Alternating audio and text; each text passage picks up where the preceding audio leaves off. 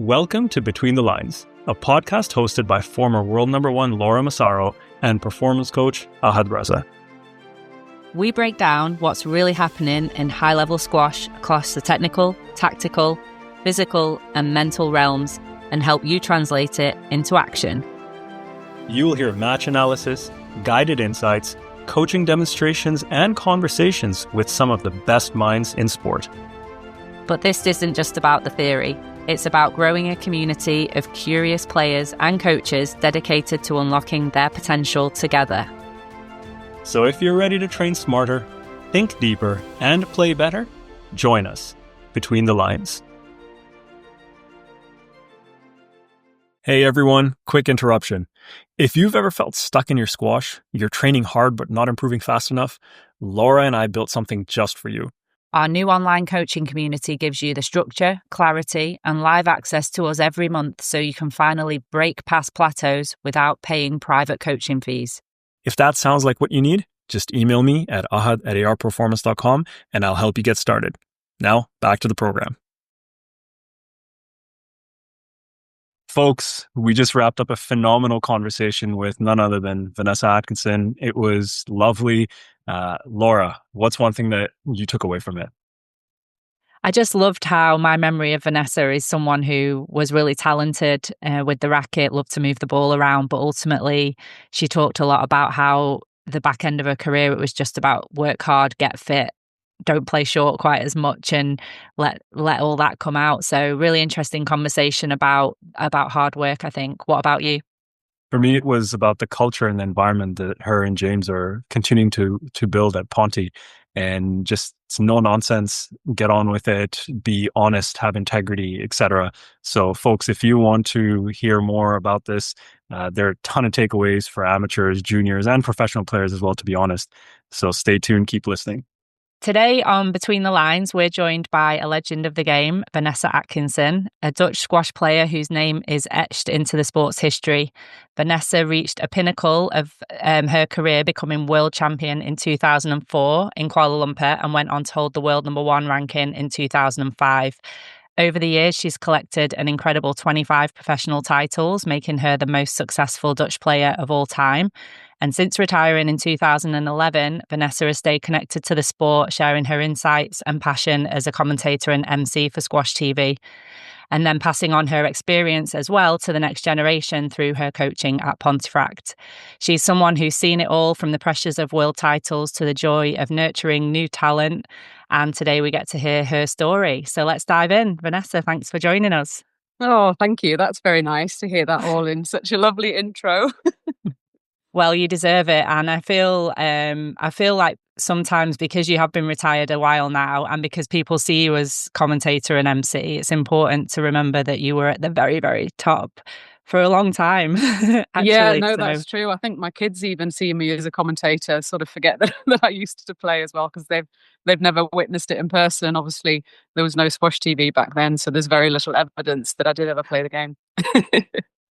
That's fantastic. Well, Vanessa, I'm curious, like, how, for the people listening who might not know you as a player, can you tell them how you started playing? And Laura was telling me a bit more about your past, about being born in England and moving to Holland very young and potentially not having the same degree of infrastructure as, say, they had in England, and just a bit about your journey to get to the level that you did achieve.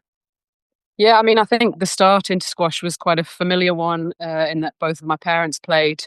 My mum started playing probably in her mid-30s, sort of early to mid-30s. Very sporty, both parents were very sporty. So my sister and I, our sort of after-school routine was pretty much being dragged to whatever sport my mum was doing, whether it was a netball match or a keep fit class. And then more and more regularly, it became taking us along to the squash club or to the leisure centre that it was then. So we were just jumping on spare courts because to fill time, really. And I just immediately really, really enjoyed it. I don't know if it was the sort of rebound aspect of it, that I could go on a court on my own and hit the ball and it would sort of come back in my direction. I was very sporty. I loved all sports. But yeah, it was basically through my parents both playing, and then steadily got more and more into it and started playing more and more. And then sort of a couple of years after that, we moved to Holland And it continued. We found a squash club, and I sort of got a first proper membership. Started playing, properly. Started playing league matches and being more involved in the club, and then kind of went on from there, really. Interesting. I think one of the things that I found so interesting about talking to you over the years in our commentary breaks, or maybe with a gin and tonic after we finish commentating for the day, has been, like I'll bring up a subject about a player, and then you shed all this insight that I wish that you spoke more about, which is why I've dragged you on to literally kicking and screaming today. About how you were when you were younger, the fieriness that you had, the different coaches that you had that maybe tried to, embrace it, and then some that knocked it out of you, some, talking a little bit about that, your path of discovery. And I think one of the reasons Ahad and I really do this podcast is for juniors and amateurs particularly to learn from that. And I feel like you've got so much insight into the bits you understood that really helped you, and the coaches that maybe held you back a little bit. Could you talk about that? Yeah, definitely. All the best conversations happen over a gin and tonic, obviously. Don't remember all of the conversations. But yeah, I suppose it was an unusual route into professional squash in that I didn't have the setup that, say yourself, Laura, that you had, or James, having that support from the governing body. And also having a sort of a coach that you worked with for a long time, and a setup with lots of players. I was very much on my own in Holland. There wasn't, there were some pretty strong players, but they were sort of all spread out. There was no one really my age to train with. So, the start of it when I was younger was me getting on my bike, because we lived in Holland, cycling to the squash club after school, and having my mum sort of feed me squash balls. And that was my training for a long time. And then just trying to find people, mostly adults, that I could play matches with. So I didn't really have much coaching at that point. As I got older, I started sort of finding coaches to work with. One of the first sort of proper coaches, I guess, that I worked with was a guy called Rory Watt, who I don't know if you've heard of. He was a pretty good player from New Zealand, and he was coaching at the club in The Hague. And he was the first person to give me real technical coaching. Up until then, I was just a sort of a decent athlete that was just very sporty, and that got me through to a certain degree. But I certainly needed help technically, and he was the first person to do that, really. And then from there was different coaches. We had different national coaches in Holland. There was a guy called Brian Barnett who was who worked with the Dutch team for a while. Jonah Barrington worked in Holland for a few years, so he certainly had a big influence. And then as I got older, I started working with Liz Irving, but I had to find people to train with, and I had to find coaches and travel often to those people to get a session. I would travel from The Hague to Amsterdam once a week to have a session with Liz. And so the setup wasn't quite as convenient as I think if I'd been in England, and the strength of players certainly wasn't there. So it was difficult, and it was challenging, but I think in some ways it was quite good. I had to be very self-sufficient. I had to find my own way, really, as a player and then as a professional. That's really interesting, because I think people just assume wrongly for a lot of players, for us and for even people that we look at, you kind of assume that it's easy for them, and that things get handed on a plate, and they haven't worked their backside off over the years biking around trying to find a coach. But just in terms of, those coaches that you mentioned, I'm so interested to hear about Jonah as well. Like, what were some of the things that were instilled in you really early on in those moments when you were so young? I think Jonah was a bit different in that there wasn't a huge emphasis on technique, but it was very much about work ethic, and not making errors. So that kind of came at a good time for me, because I was naturally very attacking. Wanted to take the ball in short, but the error count was high, and I would lose matches because of that. So he came at a good time, and that he tried to instill that sense of being a bit more patient and working hard and training a bit harder and getting a bit fitter. So I think all of the different coaches had their own contribution, and some worked better than others. Liz was great for a while, quite technical, quite very tactical as well. But that kind of ended because I was sort of one of Nicole's sort of main rivals at the time, and then Liz was sort of contracted by the Malaysian Federation to work with Nicole. So that was kind of the end of me working with her, unfortunately, which was totally understandable. I certainly couldn't offer her what Nicole could offer her, but she was great, and we always got on really well. And I think it's important to have, I'd never had a female coach before. She was the first person that I'd worked with that was a woman that also had played the game, obviously at a top level, and just had a certain relationship with. Like, I could have a drink with her at the bar, and we just got on really well. And I hadn't really had that before. And then I think the biggest influence as a coach was probably Malcolm, but that came way later. I was probably I'd already been number one in the world at that point. When I started working with Malcolm, but he somehow at that age he was still able to have such a big influence because I'd never been told to just shut up basically when I was on court. I'd been surrounded by a culture of bad behavior. Really, it was so normalized, certainly in Holland, to argue with referees, to show your emotions on court, and it held me back for years. And somehow I managed to sort of get through it on my own, but it really was difficult. And then suddenly I was training at Pontefract, and I was surrounded by a completely different culture, a culture where everyone just got on with it, and no one was banging their racket, no one was swearing, no one was complaining. And if you did that, you just kind of looked silly, really. And I remember just thinking, this is so weird. Like, I've never been in an environment like this. And if you did misbehave, then you had Malcolm just booming at you from his balcony above. So that was really interesting, to be sort of 28, 29 years old, and to just find this whole new way of doing things. Wow. I mean, you shared a ton that I know I want to dive into. let's go step by step. One of the things you mentioned that really stood out to me was when you had Liz as your first sort of female coach. That was a Yeah. very different relationship, and there was a different sort of connection there. From your perspective now, being a coach and a female coach, like, what does that dynamic look like? Do you think there's a difference with a female coach coaching a female coach coaching a male athlete, or vice versa? And what are some of those nuances? I mean, I'm not really working with any of the pros. That's kind of more Jimbo's area, but I'm working with quite a lot of juniors. We have quite a big junior program. Fortunately, we don't have that many girls. So we have a few girls that are having to function within a group of, a lot of boys, which I think is sometimes difficult for them. But that was also kind of what I was used to. I was the only girl really in Holland that was of a certain level. So I was always training with either boys or men.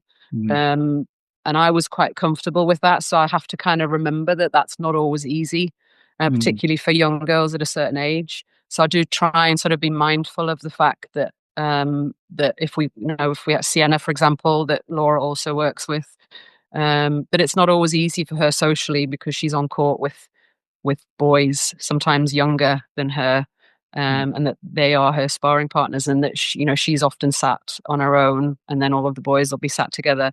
So I try and be sort of a little bit aware of that.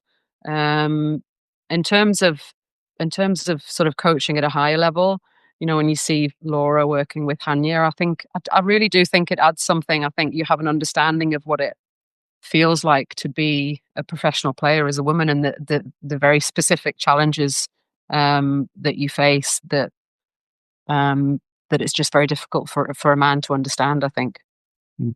For the men listening, can you dive into a couple of what those challenges is? Is it like emotional challenges? Is it managing the social side on the tour?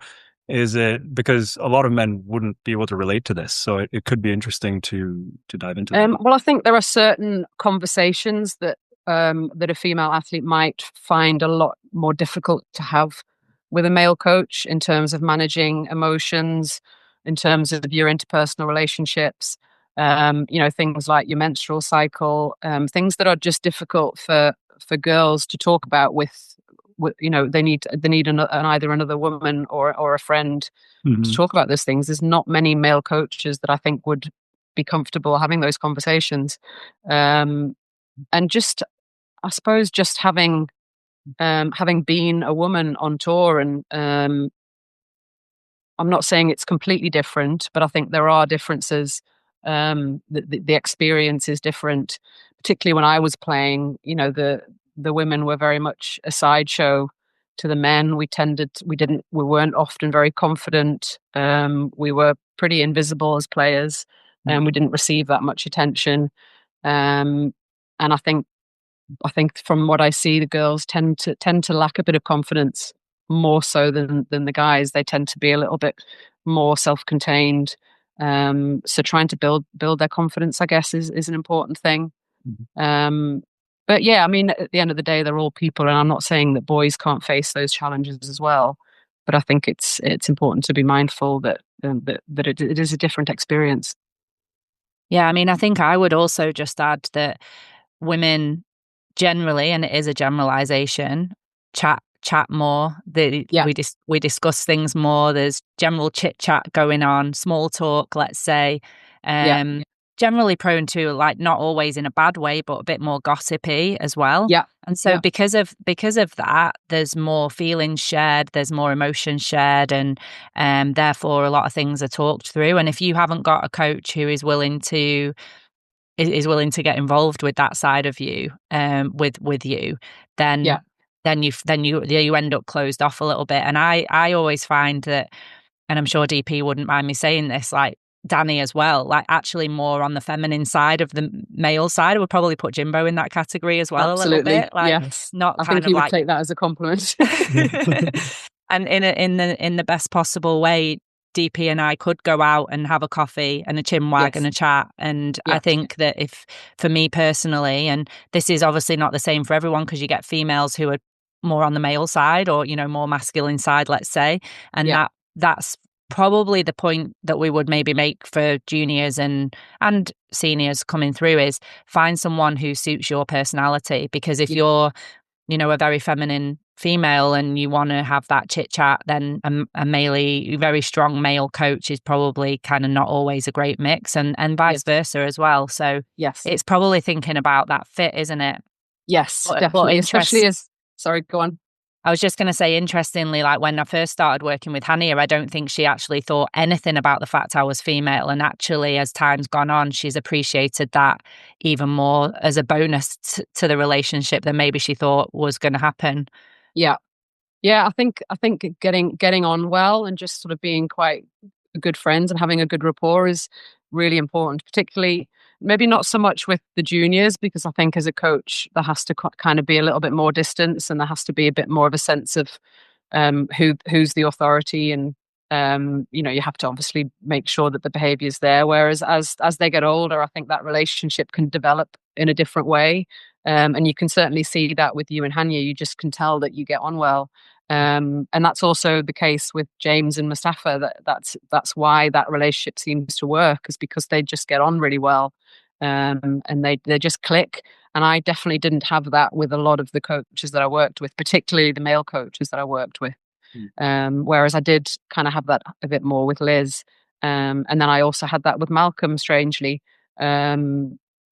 So yeah, I think that just getting on well and being able to sit outside of squash and away from squash and have a really good chat is really important. That's fantastic. That's fantastic. One of the other pieces you spoke about a few minutes ago was the tactical side of things. And you said that at first you were maybe a little bit headstrong, attacking excessively, etc. how did you eventually like to structure your rallies or develop game plans? And I watched some of your footage before we had this conversation, and I found that your energy levels were so good on the tee, and you were always sort of, ready to go, and you had a wicked boast as well. Like, I'd love to hear, and for the people listening, to hear about how you thought about tactics, how you structured your rallies, and then maybe you can give us some insights on how we can hit a boast the way you used to hit a boast. Yeah, I mean, the boast was kind of just came naturally, really. It wasn't something that I massively trained. The backhand boast was just a favorite shot that developed and was difficult to read. But again, that was just kind of natural. It wasn't something that I was doing on purpose. Mm. And in terms of how my game developed, to be honest, when I sort of got to the highest level, when I got to world number one, it was mainly through going against every instinct that I had to take the ball into the front of the court. I was probably the fittest I've ever been. I'd started going over to see Neil Harvey, which again was a different coach that I worked with just for quite a short period. But LJ Anyuma, the Dutch player, was living over there at the time, and he was actually living with Neil Harvey in Chingford. So I used to go over there for sort of a few weeks at a time, and it was the most brutal training I've ever done. And it got me the fittest I've ever been. So I suddenly had the physical presence and base to be able to not attack the front as much, to be able to stay in rallies for longer, stay in matches longer. And it was that same year actually where I won the world championship and then went on to become world number one. So I was actually attacking the ball a lot less, but it was a very different game then. It was my main rivals were Nicole and the Grinhams. Mhm. So attacking the front of the court was just madness because they were so quick. It just so my natural game just didn't work against the opponents that I needed to beat. So it was very much getting up on the tee, volleying as much as possible, but mostly hitting the ball into the back, waiting for them to be really out of position before I would even think about going short. And that then changed later as I got older. I sort of lost a bit of movement. Started to lift a lot more. I started to hit the straight drop a lot better. That was something that I got from Malcolm, sort of hitting the straight drop well, hitting straight a lot better, a lot more accurately. So yeah, I think my game very much developed over the years. But yeah, at the time when I was playing my best, it was very quite attritional, really, which is not the kind of game I'm known for. But that's what worked for me then. Well, there's one thing that I find interesting there was that you had to adapt your game to kind of go against maybe even your personality or your natural playing style. And Yeah. and that's a conversation I have a lot with people that I coach, is around, what is your identity? And Laura and I have spoken a lot about her brand, being the Ice Queen and so on and so forth. Like, how challenging was that for you psychologically at that time, and just kind of wrapping your head around it and buying into the fact that you had to do things a little bit differently? I mean, I was losing. I was losing to those players. That game just wasn't working for me. It was working to a certain degree, but I knew I needed to change something. And the other really big thing that I needed to change was just my mental approach, and dealing with pressure and dealing with my emotions, which is something that I did badly for a long time. Just losing matches because I would spiral, just emotionally spiral, not start well or have a bad patch in a match and just allow myself to just very negative self-talk. Just yeah, and did that for a long time. So that was another sort of big change. And again, the two things very much go together. The fact that I was able to kind of sort that side of things out enabled me to use the fitness that I gained and to be more patient and not feel like I needed to constantly finish off rallies. So that was a huge area that I needed to improve. And sort of by the time was about to hit 30s, I finally sort of got there. So it was a long journey, but I finally sorted my head out.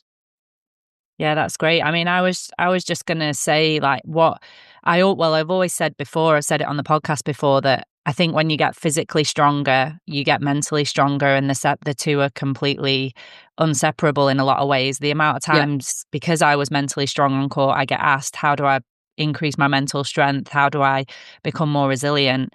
And kind of, you obviously have those mental things that you can go to, but a lot of the time it's kind of just get fitter, because you are more resilient if you're fitter, if you don't have to take the ball in, if you're not on court thinking, I need to get out of this rally. You might not even be thinking, I need to get out of this rally, but subconsciously, maybe you are. But yeah.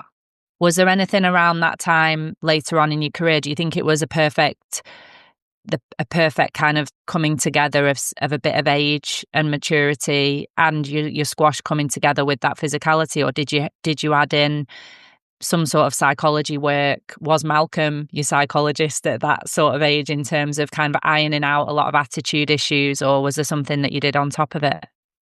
It was kind of hitting rock bottom, really, just having a couple of really bad losses.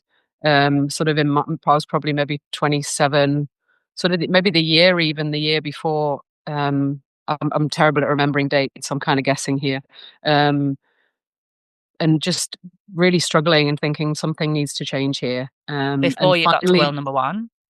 before I got to world number one, so Okay, yeah, so that was probably like 2002, 2003. right. And just realizing that I needed to change something, that it didn't matter how hard I was training. I was losing matches because I was just spiraling, just being so negative. And um, so that was the first thing, really, was just admitting that was the problem. That it, didn't matter how much training I was doing, that I needed to sort that out, that I needed to really look at that area of my game. So I remember just reading books, and I think just not making excuses, anymore. And I think players will always try to find a way to make an excuse for losing, whether they're blaming the referee, whether they're blaming the fact that they, didn't sleep very well, or had an argument with someone, or blaming the court or their opponent, or whatever it is. That your natural tendency is to want to find a reason why you lost, rather than looking inward, which was Yeah. what I needed to do. And I think it really was down to being ready to do that, work, which I probably just wasn't ready to do before. I wasn't able to do. So I kind of did it on my own. I didn't really work with a sports psychologist. I remember reading a book called The Inner Game of Tennis, which is like a book from the 70s, I think. And that really helped me a lot. And it just gave me tools to use for when I started to spiral, to sort of keep focused. And so that helped a lot. And talking to friends. I had, a few friends in Holland that I was close to, that had played, that I was able to talk things through. Um, but then that really made a huge difference, and all of the work was then able to kind of come out. Yeah. And I was able to really get the best out of myself. Yeah, I mean, I like the honesty side of it. We've talked about it, haven't we? I had a lot with, and I even in my book I talk about it loads. There has to be an honesty. You have to have people around you who can be honest with you, and then you Yeah, have to have an honesty within yourself. And I think yeah, for juniors and certainly professionals listening, amateurs too, it's all well and good saying all of those excuses for reasons why you're not playing well, performing well, but yeah, that honesty alongside consistency of training are two of the yeah. biggest things, aren't they, really? Yeah, just being accountable. And I think when the problem is that mental side of things, that's the hardest one to be honest about. Like it's easier to say, right, my backhand drop needs work, or I'm not moving well enough. Those things are a little bit easier to face up to, and also easier to work on. Whereas And looking at easier to yourself in the see. mirror and saying, I don't deal with pressure well, I don't regulate my emotions well, I'm not behaving well on court, I'm being disrespectful to people. That's tough work to do. That's difficult to face up to, and also difficult to Yeah. change. So yeah, I think that's why that came later in the day, that I was ready to do that. And I'm seeing it constantly, as a commentator and as a coach as well. I'm seeing it everywhere. And the more I'm around the game, the more I realize what a massive part of becoming a professional and being a professional, that mental side of the game is. Well, that degree of self-awareness is something that takes time, right? Like when most of us Yes. younger, we're just kind of going with it, and we don't Yeah, really. You're always looking for external things to blame, but as you mature a little bit as a human being as well, and I think getting access to books and having people around you who you can have those kind of conversations with, that's yeah, like in the business world, they always do those 360-degree feedback loops. You know, you're getting feedback from your boss and from your peer and someone who's junior to you and so on. So I yeah, think for everyone listening, self-awareness, yeah, journaling, reflecting, thinking deeper about, why you're winning or losing, beyond, I didn't play well. I think yes, that's yeah. that's critical. It is, and it's very difficult to do. And some players seem to have that more naturally, Mhm. um, and just have a different temperament, I guess. And my temperament wasn't naturally probably that good for being a professional athlete. I was quite emotional. So I think for some maybe that is less of a challenge, but for me that was the biggest challenge of all. Well, and harnessing emotions can be really effective, but also difficult. Like anger, for instance, or having a little bit of that fire inside. If you can Yeah, channel it effectively, can be super effective, especially when you're down and out where you need it.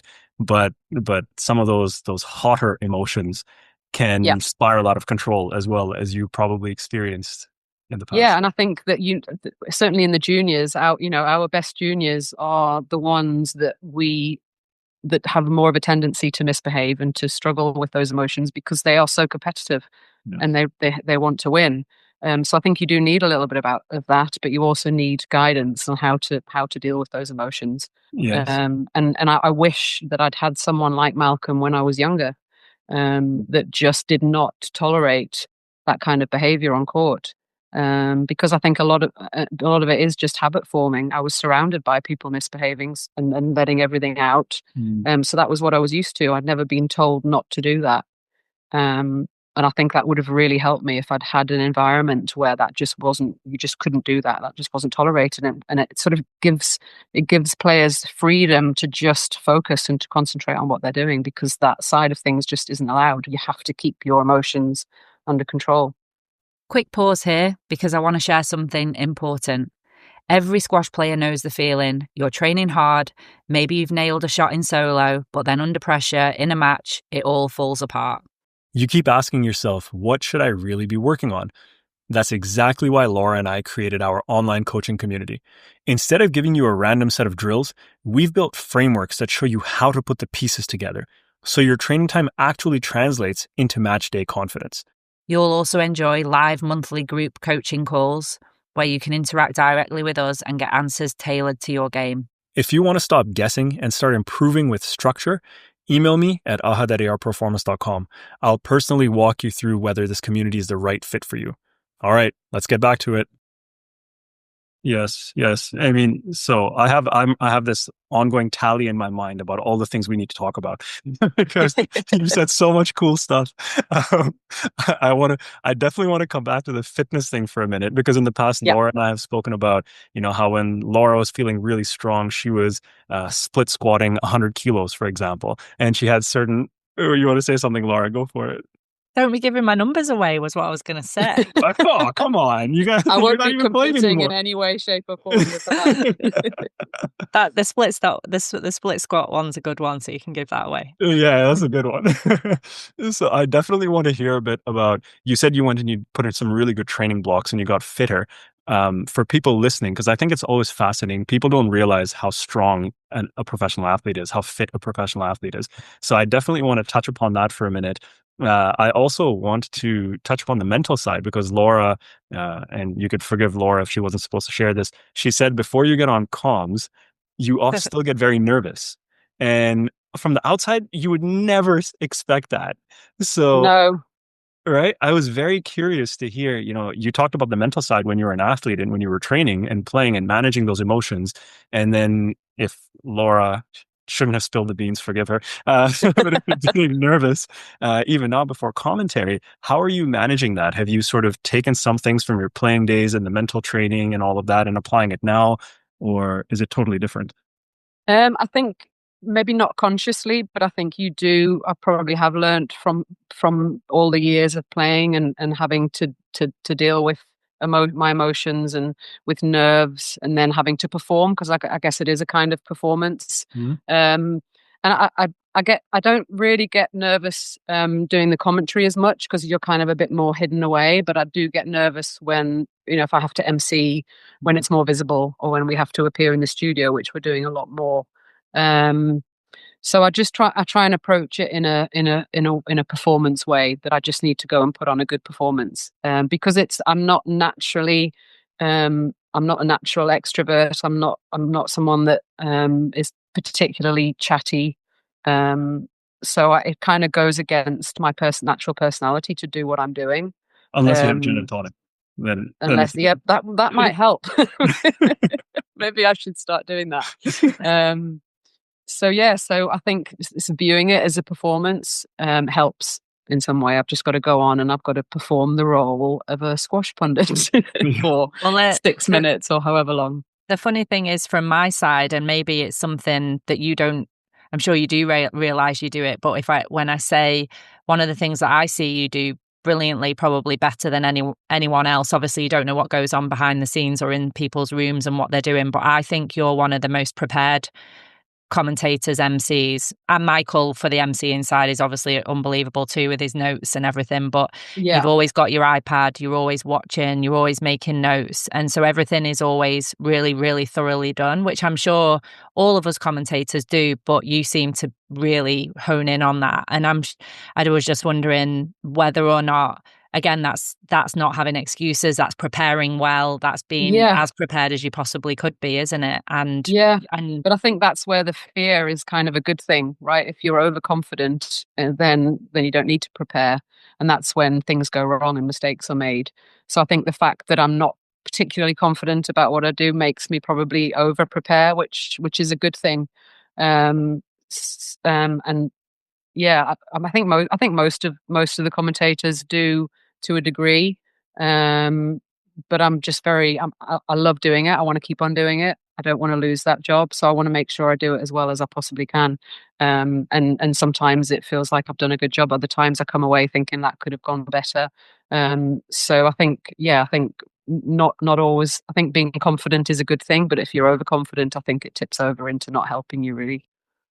Yeah, and I think this is a fantastic reminder for all players listening, juniors, amateurs, even professionals, is that even now on the commentary side, you are reflecting after every sequence and you're thinking, oh, I could have done that better. Maybe I paused too long here. Or I didn't articulate that well enough, or my tone wasn't correct, or, whatever it might be.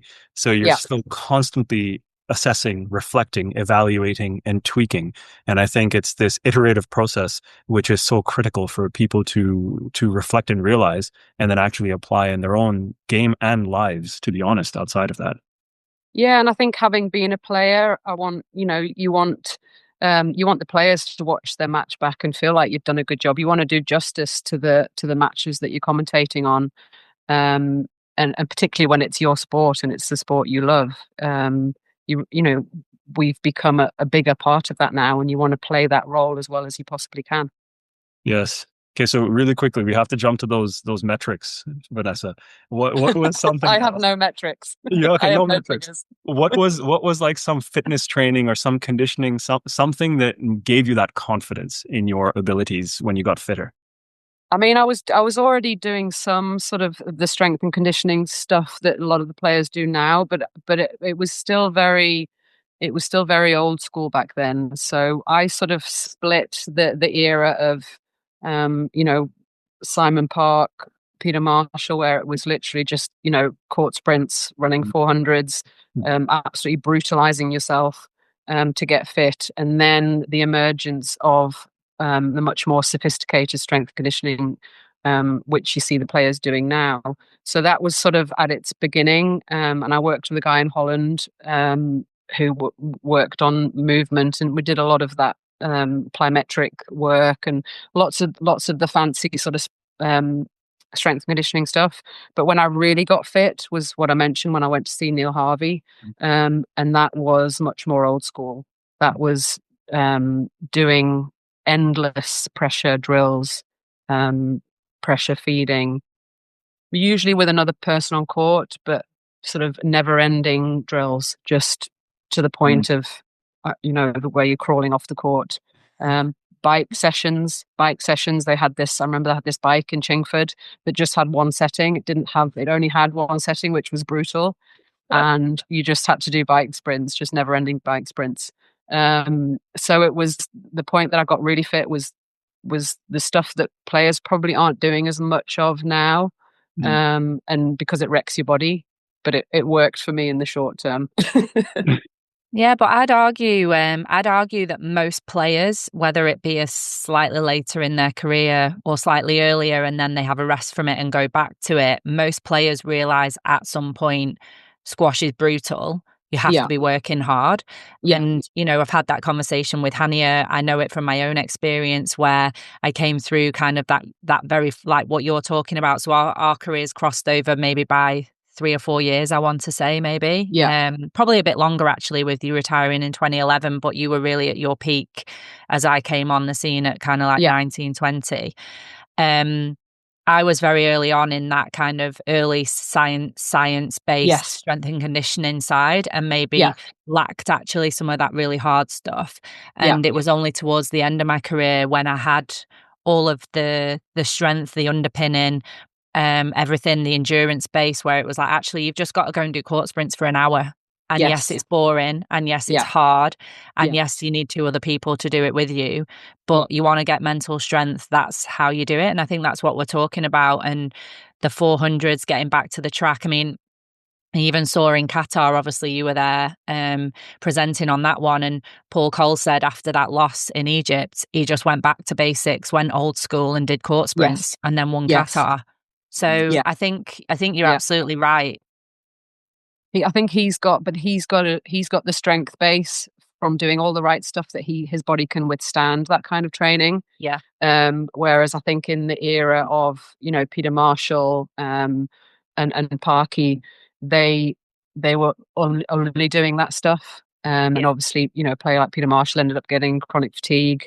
Johnny Williams is another good example. Obviously, a very good commentator now. There's loads, isn't there? Ricketts and Boswell and, killing themselves on the track. But I guess what I meant was there's a balance that is happening now where you've got that science blended with a little bit of the old school. And so I guess if you're talking to juniors and young players now, you have to have all of that. You have to use all of the science, don't you? And all of that kind of the measurements and the metrics that Ahad's talking about. But then there has to be an element of it's hard, isn't it?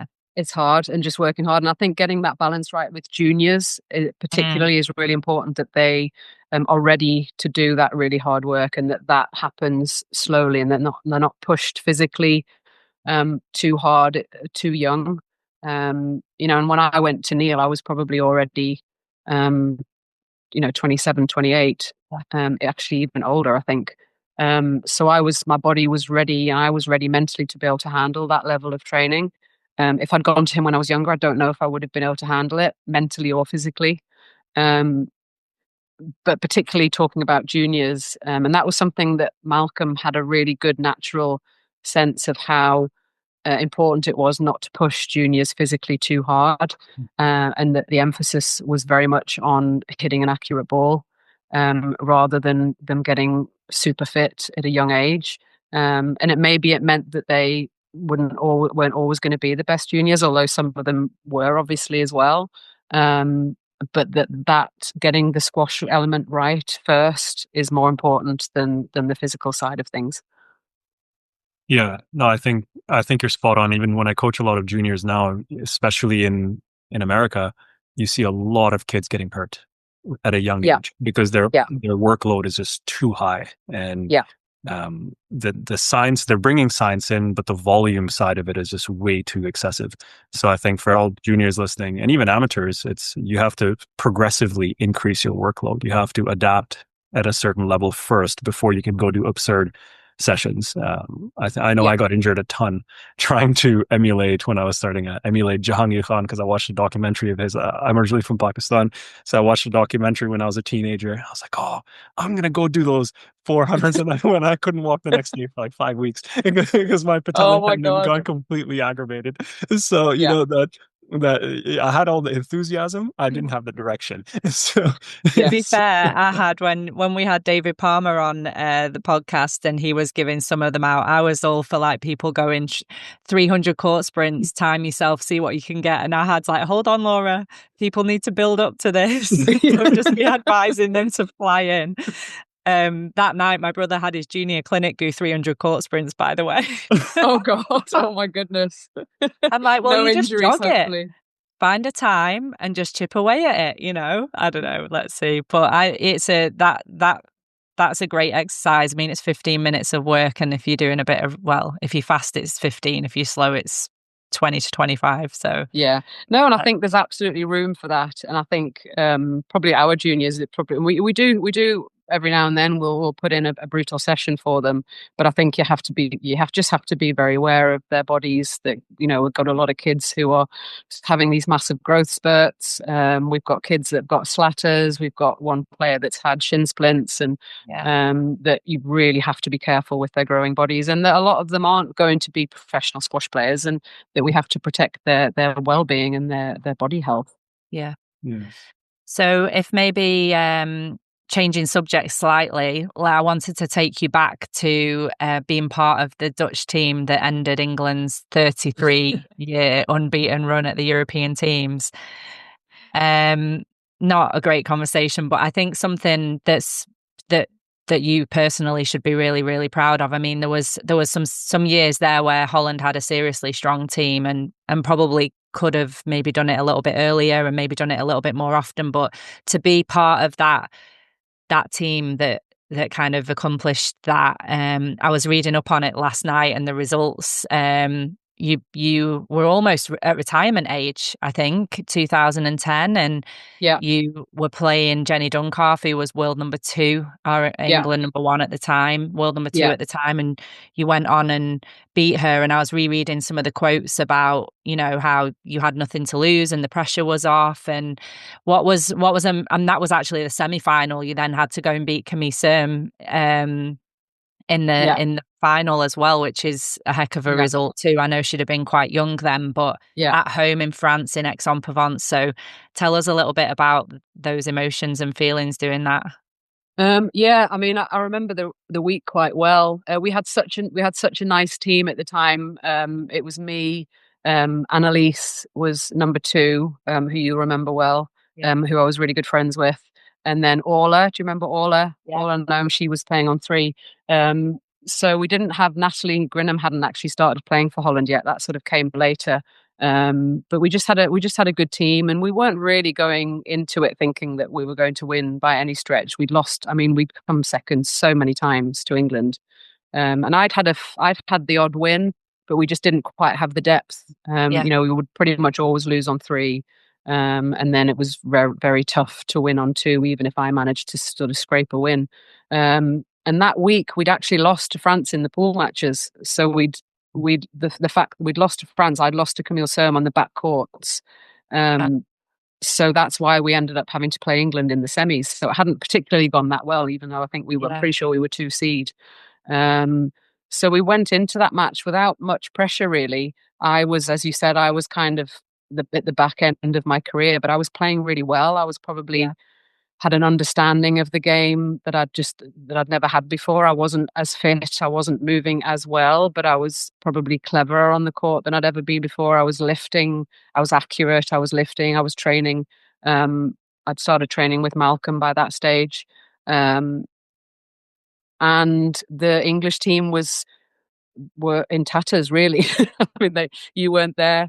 Alison wasn't there, so it was a much weaker England team than we'd faced before. Even though Jenny was world number 2, and there'd been, I think it was at the time where there'd been a coaching shift, so it was when DP had lost his job. So Jenny was very emotional. Not that you want to sort of take advantage of that, but they just were, it was there for the taking, really. And I just played a really good match against Jenny, just played really well, managed to get through that one. And then Annalise had to play Sarah Kippax, who should have really, on paper, should really have won that match, but it was a lot of pressure. She was suddenly playing a deciding match for England, which she'd Yeah, and I never done can't before. imagine that there was a lot of ranking, maybe 5 or 6 places ranking difference, maybe, but it Yeah, was a probably not big massive actually. team. Yeah, I think I would have expected Kip to win that match, but it was probably close-ish on paper. But I think the dynamic of it, the fact that all the pressure was on Sarah, yeah, yeah, um, that was what allowed Annalise to get through. And then the easier match was some ways was the final because they yeah, didn't have the depth that England had. So I yeah, knew that if I could beat Camille, and it was on the glass, which yeah, was just way better for me. She was obviously up and coming at that point and very fit and very strong. yeah. But the squash wasn't quite there yet. So I could sort of outsmart her really. And also, Um, I remember personally playing Camille back in those early days when she was really young, and she was also quite emotional. Having just spoken about that pressure yeah, of she playing at was. France, she Yeah, would she have was been actually. when you. I read in the report last night that you were saying, just as you were getting a bit tired, or just like you felt like you might have been dropping off, she'd just give you a couple of errors out of Yeah. nowhere, and it just was enough to keep you kind of excited about the match and keep you in there and stuff. So, and that's all stuff that comes with experience too, isn't it? Yeah, absolutely. I'd forgotten that, but yeah, Camille did struggle with that for a while. Considering how good she got later and became mentally was one of the strongest players out there. So she was still finding a way at that stage, and I was, Yeah, at the point where I had this wealth of experience to draw on. yeah, But it was massive. Even though, and it was kind of strange because I was really good friends. I was very good friends with Jenny. yeah, I knew obviously Sarah was already with Camps at that point, who was James's brother, so we were kind of family. Um, so it was a strange experience, but it was incredible because England have just they'd never lost before. They'd yeah, literally never lost before. So to be yeah, the first team to do that with a team that I was very close to, yeah. is one of the best memories, if not the best memory of my career. Yeah, I was going to ask if where it stood and how was it when you got home? The reception you got at home back in Holland? I don't remember. I don't really remember. I mean, Was that the not booze or was massive. that? I don't. I can't remember if I remember the reaction after I won the Worlds. That was quite big. There's quite a lot of appearances and interviews. I don't really remember after the Europeans. I don't think it was as big as you would expect. No, I Um, would I would probably think more kind of on a club level and just kind of the juniors watching, like you said that those finals where at the Europeans where all of the teams are half drinking already watching the yeah, finals, aren't they? The men's final and everything. yeah, They're such unique and special events, and to kind of do that in front, and the men's team as well must have been there watching, and just yeah. really They were special all there. memories. One thing I remember was for the sort of the reception, the party afterwards, we had to sort of go up this escalator, and as myself and the team went up and all of the other teams were already upstairs, the whole place just erupted in this massive applause, which was awful for England because they were there as well. But I think England, because they'd been so dominant for so many years, Yeah. everyone was just so happy that someone else had won for a change, that the Yeah, sort of no the one wanted underdog had finally done no it. one wants England to win, do they really? Even No, still. and yeah, and it's not personal at all. But and when a team is as dominant and as good Yeah, as you guys have been for so long, then everybody kind of wants you to lose. it's true. Oh, that's great. I wanted to quickly go back to the Malcolm and the impact that Malcolm had and what you and Jimbo are continuing to do at Ponte. What are some of the I mean, you spoke a little bit about Malcolm's influence and his no nonsense approach and kind of just get on with it and straighter hitting and so on. What have you guys continued from with that um, philosophy and approach, and have you adapted at all since?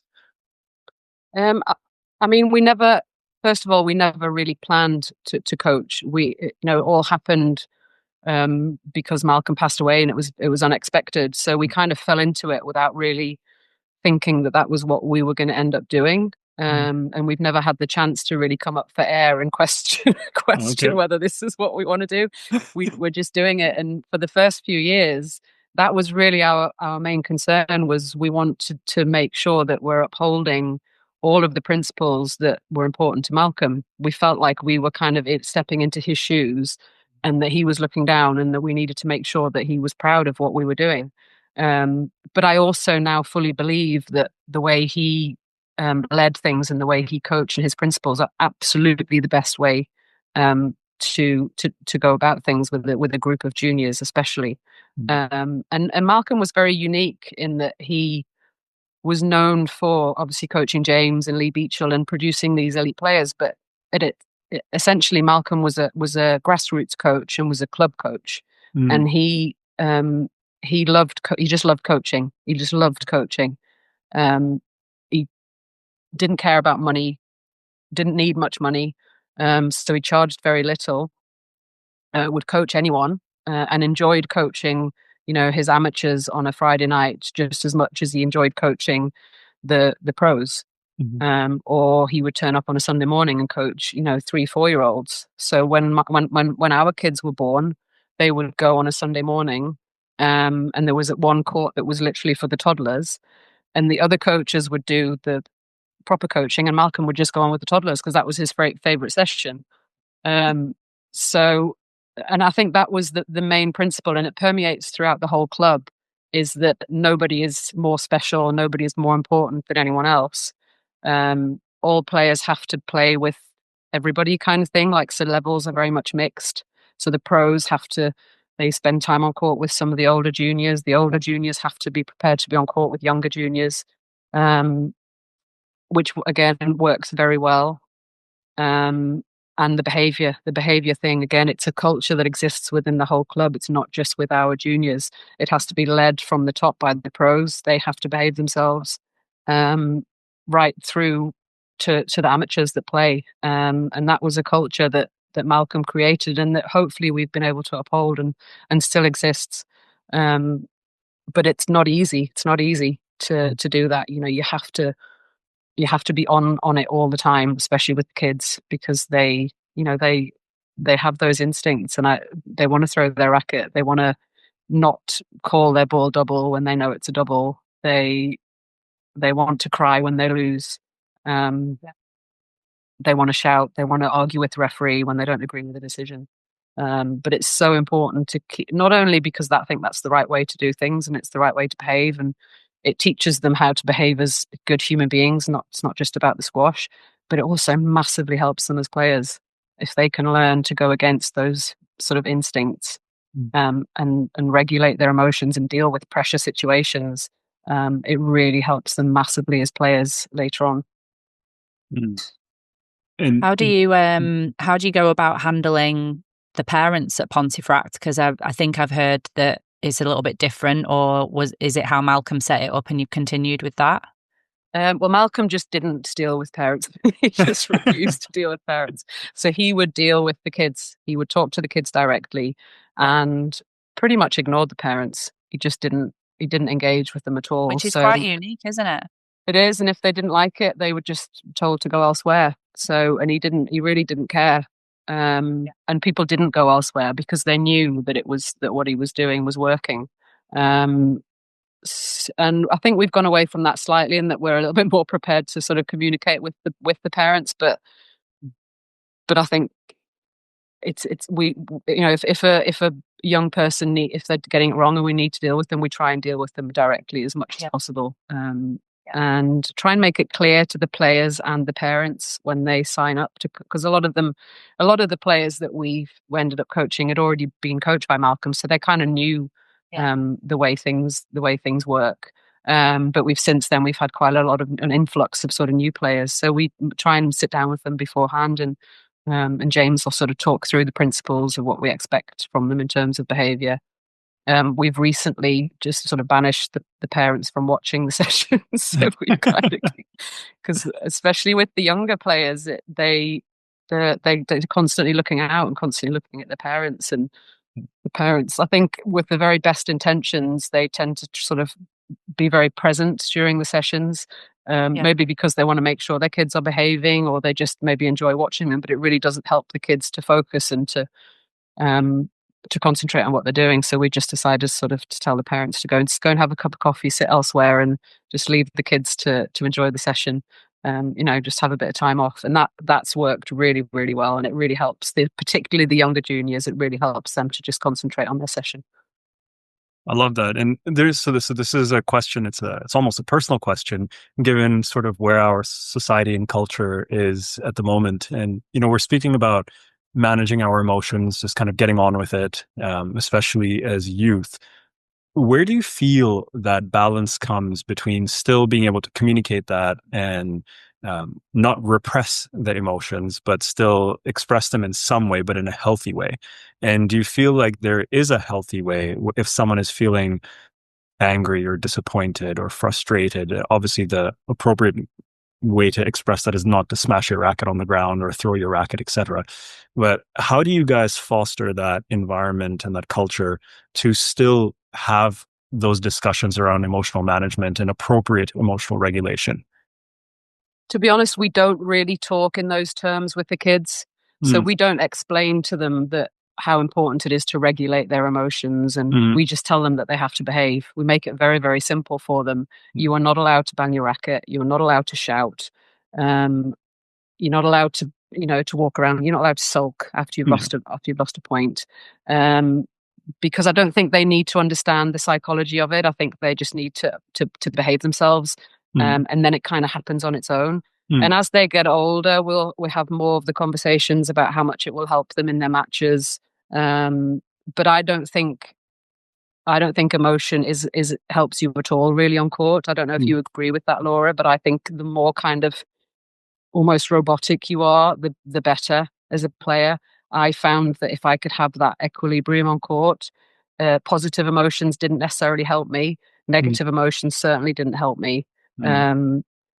But if I could just stay really, really calm and composed, that was the best state of being for me.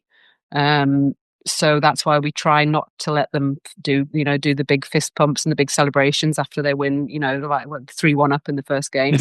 just hold on. You've got a long way to go. Because that also, it tips that balance in the wrong direction. So yeah, I can't remember what the question was exactly, but yeah, we don't really talk about this. We don't really go into the sports psychology of it, particularly with the younger juniors. There is just a line that they cannot cross. Yes. And what you then find is that they enjoy the sessions more because they know where the boundary is and they know they can't cross that line. And that if they do, we do then have to follow through, which isn't always easy to do. But they're either off court or sometimes they'll get banned for a week. Or they'll just get a very, very stern talking to. And James has to channel his inner Malcolm and and it works. It works. Yeah. I think I guess ultimately it comes down to, I think Ahad's question there about just, is it always the right thing to do, or for kids to be able to kind of repress their emotions a little bit or go against what they are actually feeling? Because at the end of the day, God, I've read some books since having Leo about kids and their emotions and how they actually aren't able to control them and how they may just need a little bit of a release at times. And I think that actually the parents can add to that. I think in some ways it's probably, I don't know, I'm not a psychologist, but maybe, or a child expert, but I can imagine that the child feels very judged with the conversation in the car, what might go on after the session based on that can add to an outward emotion of, I was just at Leo's swimming class last night and 2 mums were on their phones nonstop every time the kid looked at them, and 2 mums were like watching like a hawk and, chipping into the coach. And I'm sat in the middle going, I don't know, am I better being on my phone and the kid doesn't think I'm interested because they'll just crack on, or am I better like watching like a hawk? As a squash coach, is it helpful to the coach for me to go, you're not listening? Do the right. She's told you to do both arms. Come, and you're chipping in and distracting the other kids and all of that. But I think, well, if a parent did that in our session, they would definitely be sent packing. Yeah, exactly. But I think like the one thing that I would, just from my own personality, which was very different to you, I wasn't particularly fiery as a kid, but I had issues with almost like repressed anger. And I'm a big believer in emotions can be a bit like a football that you hold underwater. And that at some point, if you hold it down too long, it's going to smack you in the face. And so I talk to that about the pros and the players that I work with, that actually a little bit of outward emotion, a show of frustration here and there can actually just be enough to kind of let a bit of steam off and then get the cap. Otherwise, at some point it's all gonna smack you in the face, whether that be around the dinner table later, whether it be down the corridor smashing 3 rackets. It's that emotion has to come out a little bit. So but then I'm a firm believer in, you know what you're getting when you go to Ponte. That's it. Like, you don't go to Ponte if you're someone who can't regulate emotions at least fairly well, and that's a choice, isn't it? And it's, it's for that hour, for 1 hour you just have to fall in line really and be part of the group. And I don't think that's always a bad thing for kids, to just have to be able to function within a certain way for that hour, and maybe there are other outlets for their emotions. And I don't mind them having a cry, but come off court, don't bother the other players with it. Make sure that you take yourself away, and if they come and say, I just need a minute, or if they're upset, then that's fine. And also being upset after matches, that's fine, but don't do it on the court. Make sure you shake hands, say thank you to the referee, and then you can go and have your cry. And they're just basic principles of behavior that I think will help them in life, whether they go on with squash or not, that you can't just let your emotions out all the time in life, whatever you end up doing. And most of them won't end up being squash players. So hopefully they're lessons that will help them going forward. Yes. Well, I have one final question from my side, and it's, you have a couple of boys who are very successful, obviously with their own squash as well, and being a former top player yourself, a coach, a mom. What are some of the most important lessons you're sharing with your boys, both as squash players and as human beings? Literally what we've just been talking about. So they are both very much part of the system at Ponte. The only thing really that we've ever focused on, if we just talk about Logan for now, because he's a little bit older and he's very successful now as a junior, is how to behave as a player, and to always be respectful, always speak to the referee in a respectful way. And he's got it wrong a few times when he was younger, and we've been very, very strict.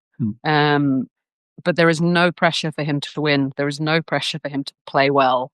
That's the only pressure. That's the only thing that we are very, very consistent and strict with, is how he behaves. And it works. He's like the most perfect so far so good, touch wood. He's the most perfect example of the kind of player that Ponte has sort of produced over the years than I can think of. He's very composed. He's very calm. He's very respectful. He's not always respectful off court, with me around the dinner table. He's a normal kid, but he's able to somehow channel that on a court in a way that is really helping him so much, and helping him win and perform well. Great. I'm all out of questions, and I think it's been brilliant. We've covered loads. Thank you so much for taking the time and being brave. Thank you. Thank you for having me. It wasn't quite as scary as I thought it would be. Just like a chat. That's how we tried to make it, just like a little chat. And I'm sure there's going to be loads of juniors particularly and seniors that are going to take a shed load from it. So I really appreciate it. Oh, well, I hope so. And thank you so much for having me. Thank you, Vanessa. I really appreciate your time. Thank you. Thanks. See you soon. Take care. Thanks. Bye. Have you ever felt stuck in your squash? Are you training hard, but you're not sure if you're working on the right things to actually get better under pressure? That's exactly why I created a new online coaching community. Unlike other programs that give you just drills, we give you a framework so you know exactly what to work on, why it matters, and how to hold up in real matches. Whether it's finally breaking through a plateau, structuring your solo practice, or joining us live each month for group coaching, this community is designed to take the guesswork out of improvement. If this resonates with you, please send me an email at ahad@arperformance.com. I will personally help you see if it's the right fit. Thanks for listening to Between the Lines, where world-class insight fuels the squash journey that never ends. If today's episode helped you grow, please share it with someone in your squash circle and join our community online. Until next time, keep learning, keep growing, and stay in the rally.